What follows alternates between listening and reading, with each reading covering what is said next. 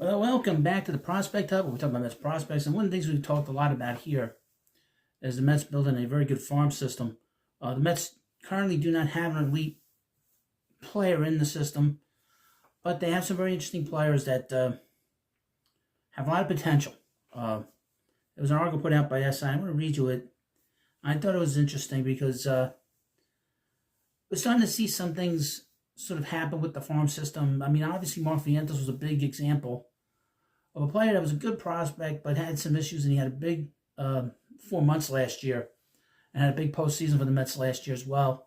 And is basically, it is the starting of their base from the club.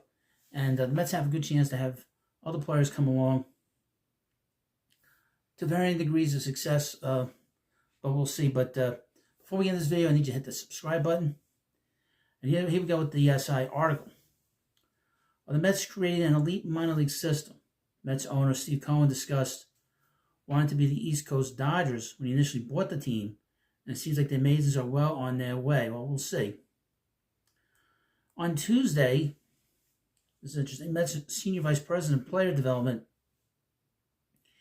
Andy Green, joined the Mets pod to discuss a few of the Mets' up-and-coming prospects.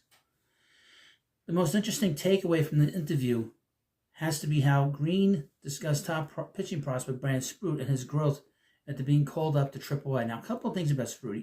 He pitched in a big program in Florida. He pitched for the same college that Pete Alonso played at. And he played 4 years in college. He pitched 4 years. The Mets drafted him in 2022, and they didn't sign him. They couldn't come to an agreement. So he went back for a fourth year, basically because he couldn't come to an agreement. And he promised his parents that he would sign with the Mets, go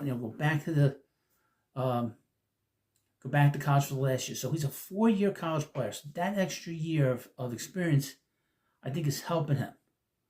And his pitch count is an innings limit is much higher than pitchers that are at the same level as him in terms of being drafted.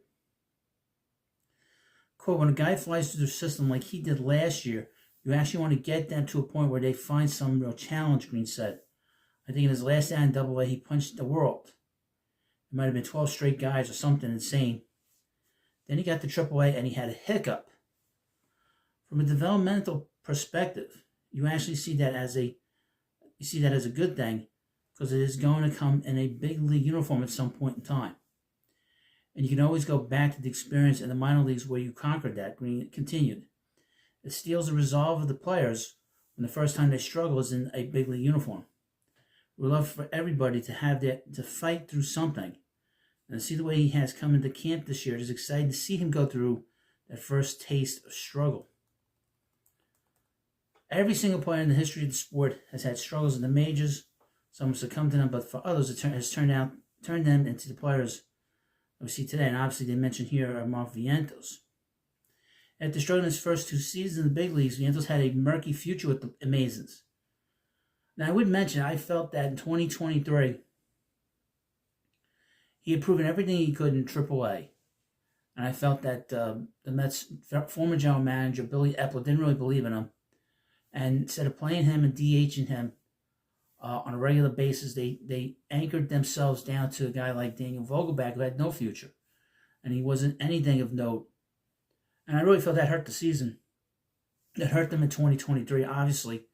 And then he had a chance to be out of the organization, quite frankly. But let me read you, continue on with the article. Players like Brett Baty and Ronnie Mauricio were considered to be an option at third base in place of him.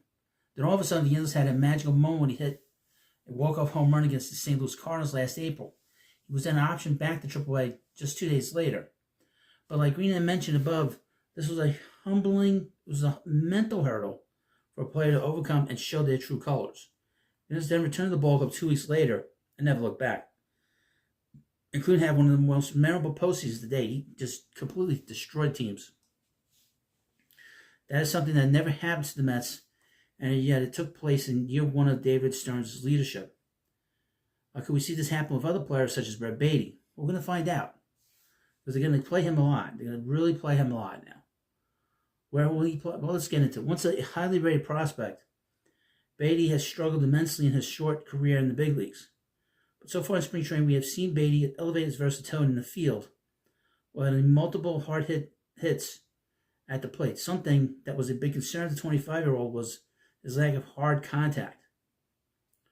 Despite the less competitive environment in spring training, this development is a positive sign to see. Now, I've been very critical of Beatty's play, but I want him to play well because I want the Mets to play well. So that is the one thing I will always say. If the player plays well, I'm happy. If they don't play well, I'll be critical. The development of Nolan McLean. The Mets are showing patience with multiple players under this regime, and it might ultimately pay off in the long run. Most notably, Nolan McLean, who caught everyone's eye for being Cowboy Ohtani, is switching to pitching full-time this season. Green had some interesting comments regarding McLean making this switch. He can spin a baseball. He's a crazy athletic. He can manipulate a baseball for different shapes that people really struggle to do, Green said. And he's wired to compete, and all of those things are going to serve him really well as he goes through this entire season focused exclusively on pitching. Now, he's another player that Billy Epler signed and drafted and signed in 2023. Once again, there's a clear-cut path planned by the Mets to identify a player's talent and have them molded into the best version of that player. We haven't seen McLean switch to pitching full-time just yet. His numbers from the bump indicate that he can handle an even bigger leap heading into 2025. This is never a guarantee that a prospect will blossom into a big league star, but the chance of that happening will always increase when there is organizational structure in place to allow these players to reach that potential. Dave Stearns, Andy Green, and others will help transform the Mets and the Dodgers East where they don't have to spend like drunken sailors every offseason, but add to what is already a strong core from A-ball and up. Now, here's the thing about Nolan McLean. He was really not a very good hitter. He had tremendous power, and he was always hitting balls. He was always getting extra base hits, but he wasn't really a home run hitter. He wasn't really a hitter per se. But once they got him to focus in on the pitching, it started catching on pretty quickly. The belief is with most two-way players, if you get them focused on one or the other that they focus on proves very quickly. Now, right now, I think he's in Double-A. They'll take their time with him because he has not pitched as much as he probably should. Now, his floor, he could be a late-inning reliever or a closer, or he could be a middle rotation starter. That's kind of where he is viewed as. Now, Brandon Sprout, he could be, it's hard for me to figure out where he could be. I'd like to see him. I'd like to see him pitch. Hopefully we'll get to see him pitch a little bit in spring training. But just from reading the things I've read, he could be, at his best, he could be a number 2 starter. And he could be between a 3 or 4 starter at the bottom of his potential. So there's a lot of improvement that he can do during his time in AAA this year. And the Mets will bring him up. They have a need for him sometime during the season. Obviously, injuries already with the club, with starting pitching, with Montas out and Manaea out for a few weeks. They're going to give him a shot and give him chances to pitch. He's not going to be with the club coming out of spring training. If he is, I'd be surprised. That means there are more injuries coming, which who knows. But the Met prospects, like I've said on this channel, they're good. They're not great. But with hard work, you can get better. And we've seen that with the Mets in the past. So Jacob deGrom is the best example of that. A guy that was considered just a middle reliever, and he became a star. And he is the third greatest pitcher in Mets history. So he's up there with the greats in terms of Mets starters. He's not as hard as, I mean, really you could say the 4th greatest starter. I mean, really, behind Tom Seaver, Dwight Gooden, and Jerry Koosman. So it can happen. And that's the thing about pitching. Pitchers can come from out of nowhere to be something. Well, you let me know what you think about this video. And, of course, please subscribe to Prospect Hut, and I'll see you later.